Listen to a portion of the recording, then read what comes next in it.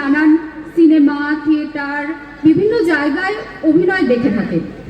আজকে আমি একটি অভিনয় করে দেখাবো আপনাদের সামনে।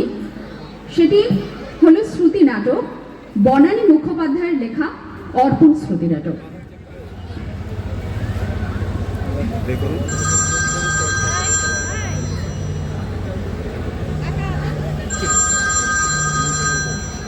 হ্যালো, কে? রিঙ্কি? ও তুই এখনো আসছিস না কেন রে? একটু তাড়াতাড়ি আয় মা। না না, এখনো আসেনি রে। আচ্ছা আচ্ছা আচ্ছা, ওকে ওকে, বাই বাই। ও বাবা, এখনো তো কেউ এলো না। কখন যে সব আসবে। সবিতা, সবিতা, বাগানের চেয়ারগুলো এখনো ঠিক করে সাজানো হয়নি, তাড়াতাড়ি করো। দিবাকর, দিবাকর, গেটের সামনে যদি কিছু থাকে একদম সরিয়ে পরিষ্কার করে রাখো। একটা কথা যে কতবার এদের বলতে হয় না, পারে না বাবা। কাল সকাল থেকেই আমার দুটো চোখের পাতা নাচছিল, আবার ঘুম থেকে উঠে দেখি দুটো শালিক। তখনই বুঝেছি কিছু খবর আসবে। বেলা 10টার সময় খবর পেলাম আজ তিনি আসছেন। 1 বছর পরে আজ তিনি আসছেন। ওহো, সরি সরি, আপনাদের তো বলাই হয়নি তিনি কে। তিনি মানে শ্রীমান অর্পণ রায়চৌধুরী, ওরফে তাতান বাবু, আমার ছেলে, আমার একমাত্র সন্তান। আজ তিনি ফিরবেন কলকাতায়। আমার তো এদিকে মাথায় হাত, এক্ষুনি চারিদিক পরিষ্কার করতে হবে। এদিক গোছাও, ওদিক গোছাও, সব ফিট পাট, নিট অ্যান্ড ক্লিন চাই। এটাই ভালোবাসে ও মানে তাতান আমার ছেলে, পাগল একটা। কিন্তু একটু আগে তো জানাবি, চিরদিন একরকম থেকে গেলি, সব সময় একরকম। সত্যি ভীষণ চাপা আমার ছেলে, কিছু মুখ ফুটে বলবে না। ছোটবেলায় স্কুল থেকে যদি বাড়াবাড়ি করে আসতো তাহলেও কিছু টের পেতাম না। পরের দিন দেখতাম খুঁড়িয়ে খুঁড়িয়ে চলছে। জিজ্ঞেস করলে বলতো, কই কিছু হয়নি তো। আর একবার কোন ক্লাসে পড়ে তখন, বোধহয় 10। বেলা 4টায় স্কুল ছুটি, ফিরল রাত 8টায়। ততক্ষণে আমার অবস্থা তো কাহিল। ওকে দেখে আমি চমকে উঠেছি। চোখ দুটো টকটকে লাল, মুখ খোলা, টোটালি উদ্ভ্রান্ত চেহারা। আমার তো ভয়ই লেগে গেছিল। জিজ্ঞেস করলাম, কি হয়েছে তোর? উত্তরই দেয় না। তারপর হঠাৎ কাঁদতে কাঁদতে আমার গলা জড়িয়ে ধরে বলল, মা তুমি মরে যাবে না তো? আমার যে বাবা নেই। অনেক কষ্টে কান্না থামিয়ে জানতে পারি ওর ছোটবেলার বন্ধু রিঙ্কি, ওই যে একটু আগে যার ফোন এসেছিল, তার মা মারা গেছেন ওই দিন। বাবা তো আগেই চলে গেছে। রিঙ্কি এখন একা। ছেলে তো এদিকে কেঁদেই চলেছে, কেঁদেই চলেছে। শেষকালে ওর গায়ে মাথায় হাত বুলিয়ে বলি, না রে বাবা, আমি মরবো না, কিছুতেই না। আমি তোকে ছেড়ে কখনো কোথাও যাব না। আমার সেই তাতার, সেই পাগল ছেলে আজ আসছে 1 বছর পরে। আচ্ছা, কাল যে অতগুলো ফোন এলো, সবাই তো বললো আসবে, কই কেউ তো। রিঙ্কি টাইপের এত দেরি করছে কেন? একটু তাড়াতাড়ি তো চলে আসবে। আমার ছেলেটাকে হয়ে নিয়েছে এক মহা বিপদ। কোনো কথা ঠিক সময়ে জানাবে না। আর যে আসবি তো একটু আগে আগে তো জানাবি। একবার একটা কাণ্ড ঘটেছিল, বলছি শুনুন। এই বছর 2 আগের কথা। একদিন ডাইনিং টেবিলে বসে আমার মুখোমুখি বসে আছে তাতান। বুঝতে পারছি কিছু একটা বলতে চায়। একবার আর চোখে দেখছে আমাকে, আবার মুখ নামিয়ে খাচ্ছে। আবার দেখছে, আবার মুখ নামিয়ে খাচ্ছে। বললাম, কিরে, নামটা বলতে সাহস হচ্ছে না তাতান? ও চমকে আমার দিকে তাকালো, তারপরে লজ্জা পেয়ে মুখটা নামিয়ে নিল। আমি উঠে গিয়ে ওর কাঁধে হাত রেখে বললাম, রিঙ্কির কাকা কাকিমাকে বলবি আমার কাছে আসতে। ও হাঁ করে আমার মুখের দিকে তাকিয়েছিল। আমি ধমক দিয়ে বলি, আমি তো ছেলের মা, আমি যাবো নাকি ওদের বাড়ি? বলা মাত্রই দাঁড় করে ছুটে পালিয়ে গেল আমার সামনে থেকে। পালালে কি হবে? আমি তো সব জানি। আমি তো জানি যে রিঙ্কি আসবে এবারের বউ হয়ে। আমি তো ভীষণ ভালোবাসি ওকে। তাতান রে, তুই মুখ ফুটে আমায় বলবি, তবে আমি বুঝবো আমি তো তোর মা না। এত কথা কাকে বলবো বলুন তো? সে তো পালিয়েছে আমার সামনে থেকে, একেবারে নিজের ঘরে গিয়ে দরজা বন্ধ। এইরকম আবার চাপা ছেলে, এতটাই চাপা যে আজ আসবার কথাটাও আগে থেকে জানায়নি। শুধু একদিন, যেদিন ও ডিসিশন নিয়েছিল, যেদিন ও মনে মনে প্রিপেয়ার্ড হয়েছিল, সেই দিন, সেই প্রথমবার মুখ ফুটে বলেছিল ওর মনের কথা। আমি ছিলাম ঠাকুর ঘরে, আরতি করছিলাম। হঠাৎ মনে হলো আমার পিছনে কেউ এসে দাঁড়িয়েছে। আর ঘুরিয়ে দেখি স্বয়ং তাতান বাবু।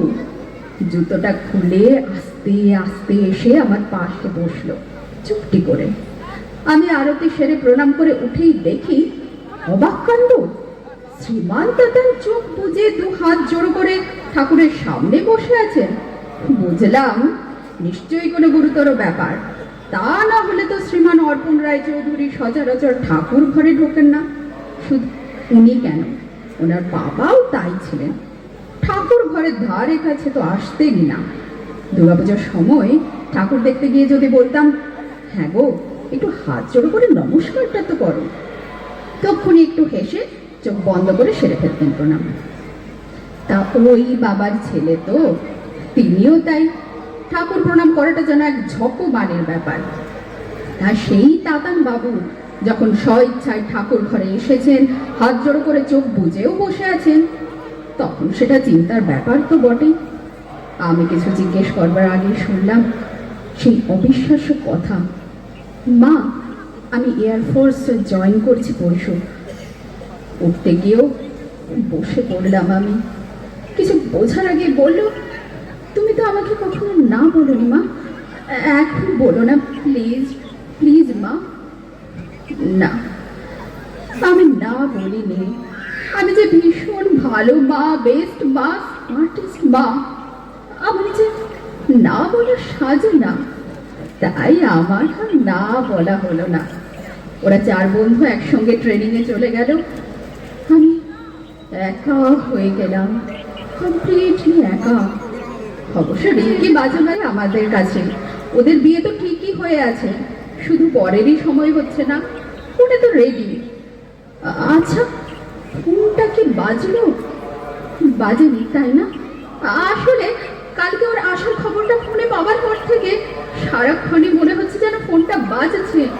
কতবার যে এসে রিসিভারটা তুললাম, কিন্তু না, সেখানে শুধুই ডায়াল টোন। তবুও ওই ডায়াল টোনের মধ্য থেকেই শুনতে পাচ্ছি কে যেন বলেই চলেছে, we are coming madam, we are coming along with Lieutenant Arpan Roy Chowdhury. Please madam get yourself ready. Yes, আমি তো রেডি আছি, আই এম রেডি। আবার তাতানকে রিসিভ করার জন্য আমি সব সময় অলওয়েজ রেডি। একজন গাড়ি কি, ওরা এলে ওই বাগানেই বসবে। ওখানে জায়গাটা অনেক বড়, অনেক স্পেসও আছে, ওখানে বসবে সবাই।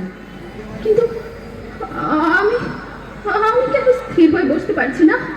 আমার বুকের ভেতর অবিশ্রাম প্লেনের আওয়াজ কেন কেন শুনছি। তোমাদের তোমাদের একটা রিকোয়েস্ট করবো, যখন তাতান আসবে তখন আমার সঙ্গে তোমরা যাবে ওই বাগানটা। আসলে ওই কজন লোক ওরা কি পারবে কত বড় কফিনটাকে তুলে আনতে? পারবে? হ্যাঁ, ওর ভেতরেই শুয়ে আছে আমার তাতান। কার্গিল থেকে সোজা কলকাতায় এসেছে আমার সঙ্গে দেখা করতে, কফিনে শুয়ে। আসলে তাতান খুব লম্বা চওড়া তো, তাই কফিনটাও বড়। তোমরা একটু হাত লাগিও প্লিজ, আস্তে আস্তে আস্তে নামাবে, কেন যেন লেগে না যায়। ও আর একটা কথা, ওকে যেন তোমরা বলো না যে আমি কেঁদেছি। আমি তো ভাবছি যে কাঁদবো না, কিন্তু পারছি না তো। দাদান আমার চোখের জল সহ্য করতে পারে না। আমার চোখের জল মানে ওরও চোখের জল। ছোটবেলায় আমাকে কাঁদতে দেখলো ছোট্ট ছোট্ট হাতে আবার চোখ মুছে দিয়ে বলতো, মা কাঁদবে না, তাহলে কিন্তু তাতারও কাঁদবে। না তাতার, আমি কাঁদবো না, একদম কাঁদবো না। আমি কাঁদলে যে তুই কাঁদবি, তোর কান্না আমি কোনোদিন দেখতে পারি না বাবা। তাছাড়া আমি তো দিয়েই দিয়েছি আমার দাদাকে, অর্পণ রায় চৌধুরীকে অর্পণ করে দিয়েছে তার মা। তাই তাই সে কাঁদবে না, কিছুতেই কাঁদবে না, তাকে যে কাঁদতে নেই, কাঁদতে নেই। ওই তো, ওই তো গাড়ির শব্দ, এসে গেছে ওরা। এবার এবার আমি দেখবো আমার দাদাকে, দেখবো 1 বছর পরে। আমি কিন্তু কথা রেখেছি দাদা, আমি তোকে ছেড়ে যাইনি, তুই ছেড়ে গেলি। এবার কি করবো আমি দাদা, একা একা। ওই যে ওরা আর ডাকছে, আসছি। Yes, I am coming. তোমরা তোমরা সবাই একটু আমার সঙ্গে এসো না, আমি যে একা যেতে পারছি না, আমাকে একটু নিয়ে চলো না ওর কাছে।